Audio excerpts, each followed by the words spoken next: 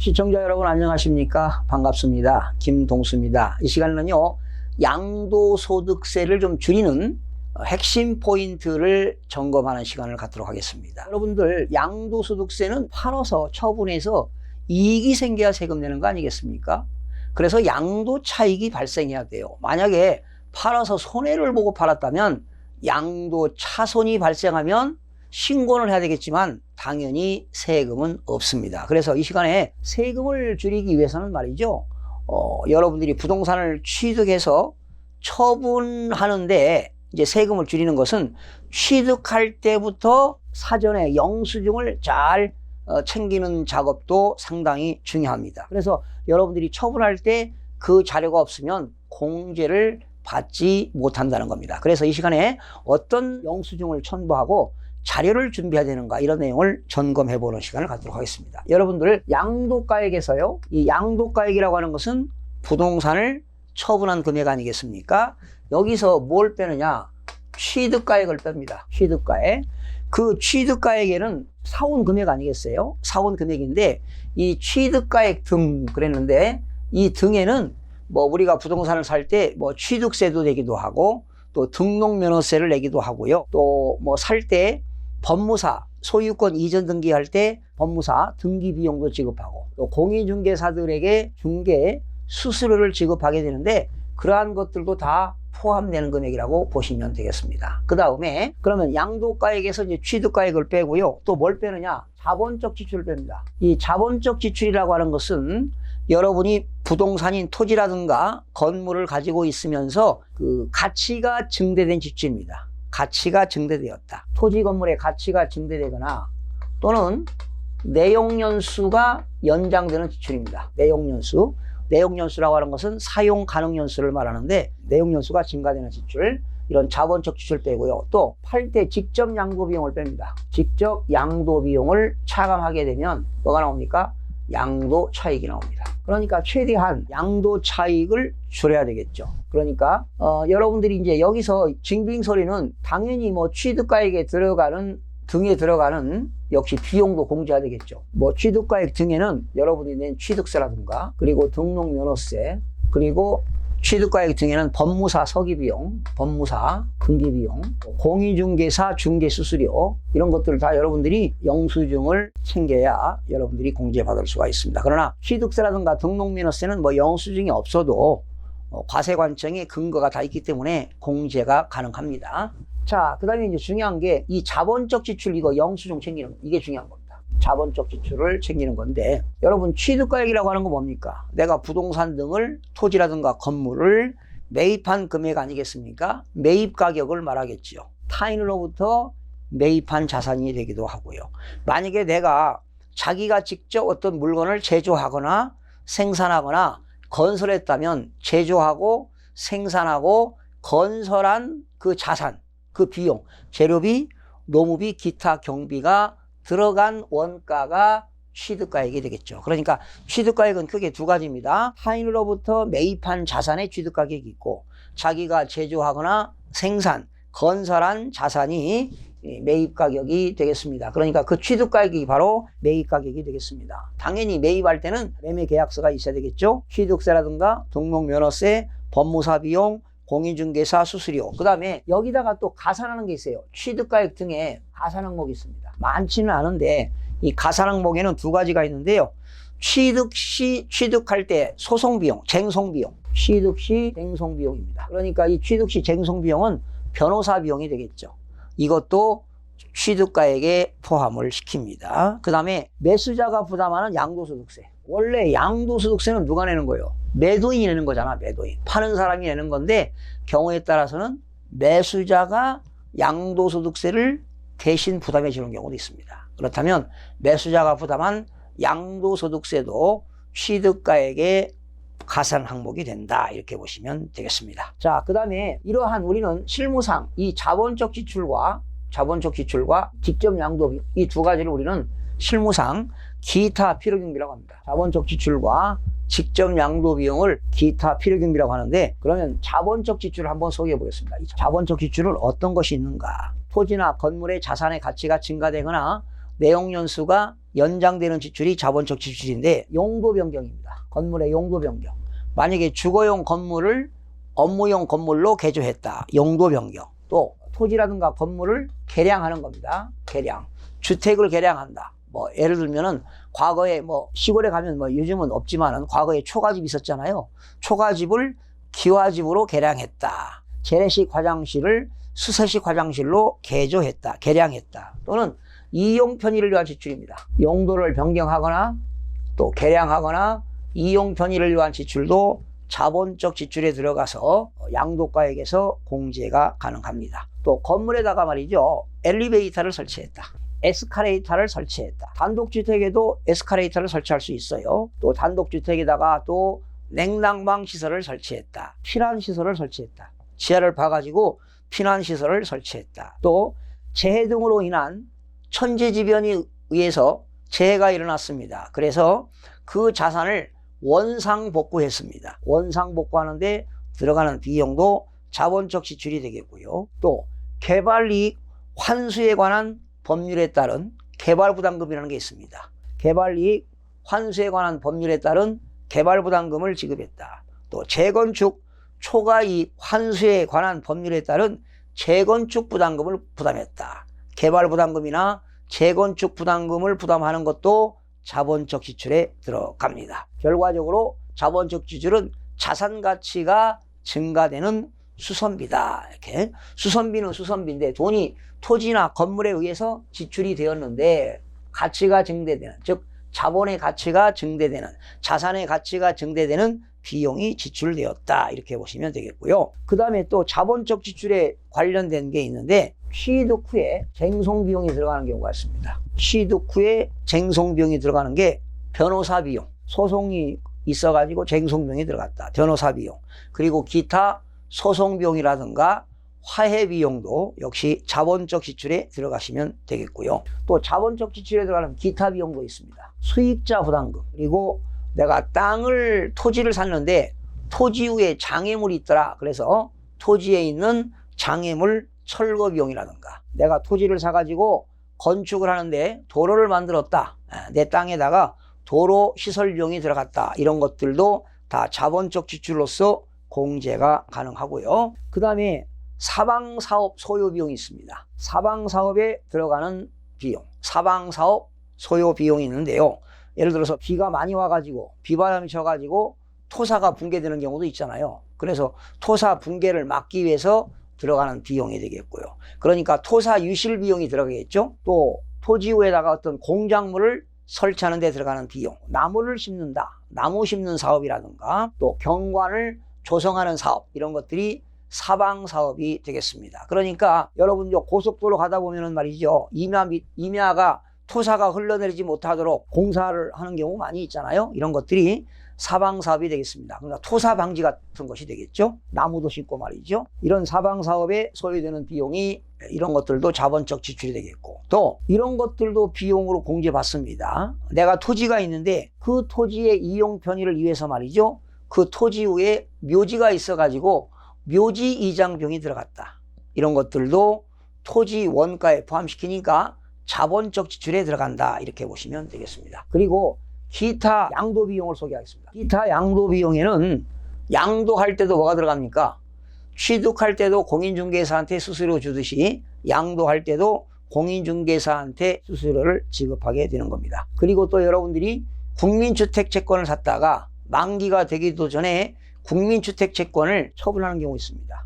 그래서 국민주택 매각 차손 같은 게 되겠고, 또 공증할 때 들어가는 비용도 기타 양도 비용이 되겠습니다. 결과적으로 이런 것들은 다 양도가액에서 다 공제한다는 것입니다. 취득가액 빼고 자본적 지출 빼고 직접 양도 비용을 빼면 양도 차익인데, 이러한 것들을 공제받기 위해서는 당연히 증빙 서류가 있어야 되겠죠.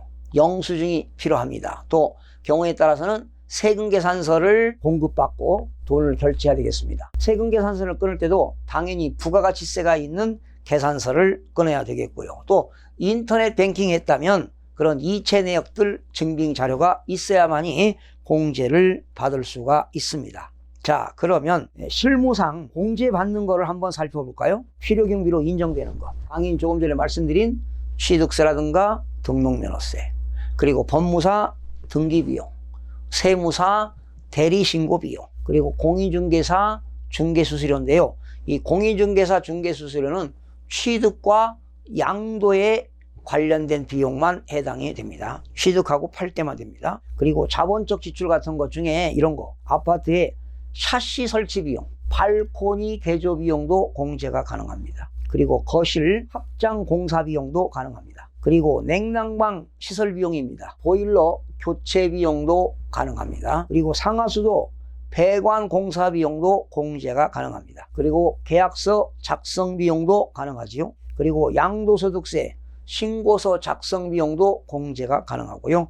소송비용이라든가 공증비용이라든가 또 인지대금, 주식을 팔 때 증권거래세를 내죠.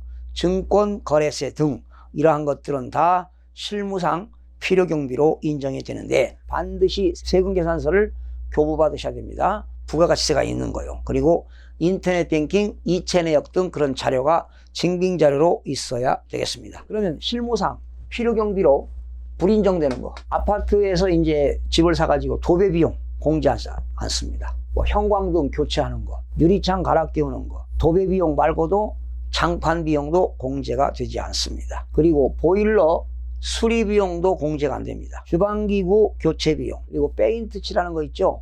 옥상에 방수 공사하는 거, 그리고 건물에 도색 비용 같은 거, 페인트 칠하는 거는 들어가지 않습니다. 그리고 타일 같은 거, 변기 공사비도 타일 및 변기 공사비도 공제하지 않습니다. 인정하지 않습니다. 그리고 우리가 은행에서 대출받은 이자 비용도 공제가 안 됩니다. 그리고 경매 낙찰 시에 명도 비용도 공제가 되지 않고요. 또 매매계약을 했다가 매매계약 해제로 인해서 위약금 지급하는 경우 있죠. 이런 것들도 공제가 안 됩니다. 그리고 부동산을 취득하거나 양도할 때 중개수수료는 인정이 되지만 보유하면서 임대차 계약할 때 공인중개사한테 중개수수료 들어간 비용은 공제하지 않습니다. 그리고 각종 소모성 경비도 공제를 받을 수가 없습니다. 자, 그러면 양도소득세 실무 계산을 한번 해보겠습니다. 자본적 지출, 여러분들이 영수증을 보관하고 있을 때 또 돈은 지출했는데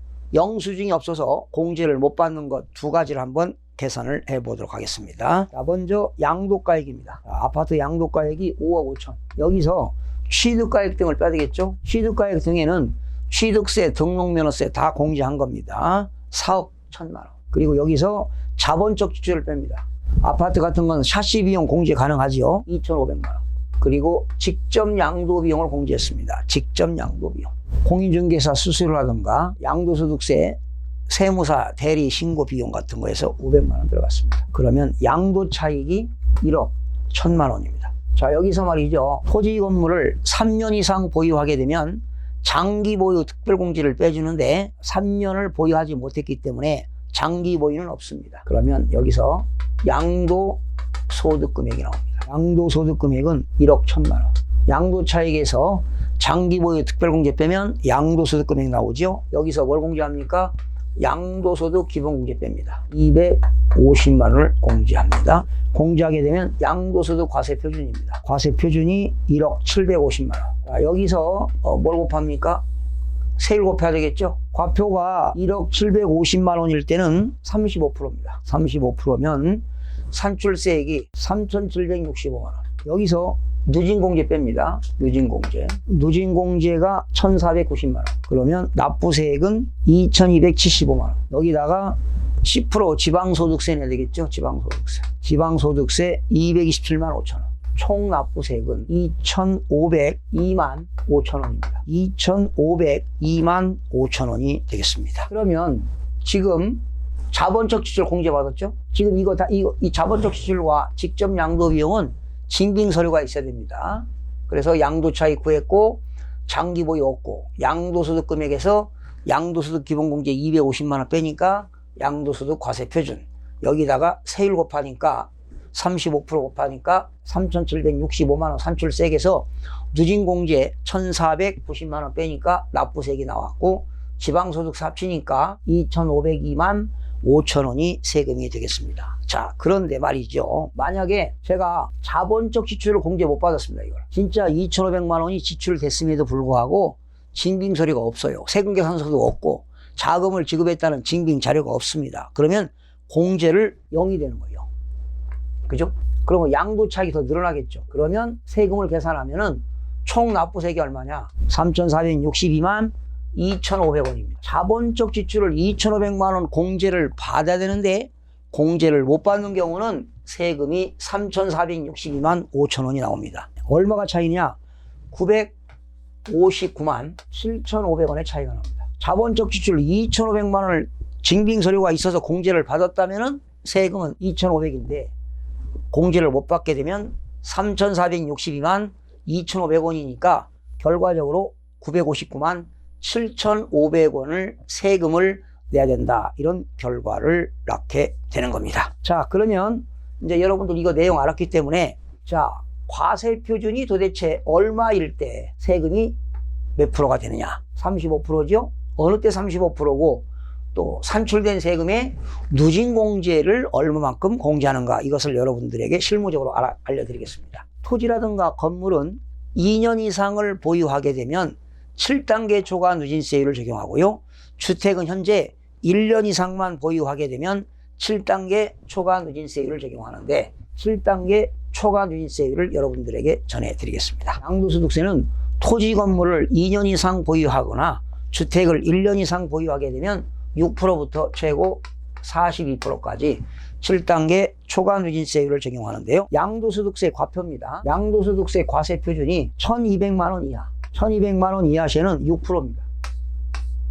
그리고 누진공제는 없습니다. 양도소득세 과표가 1,200만 원 이하일 때는 무조건 6%가 된다. 2단계는 1,200만 원 초과 4,600만 원 이하 시에는 15%입니다. 이 금액 안에 들어간 것은 15%를 곱한 다음에 누진공제가 108만 원입니다. 그리고 3단계는 4,600만 원 초과 8,800만 원 이하 시에는 24%입니다. 24%를 곱한 금액에서 누진공제 522만 원을 공제하면 됩니다.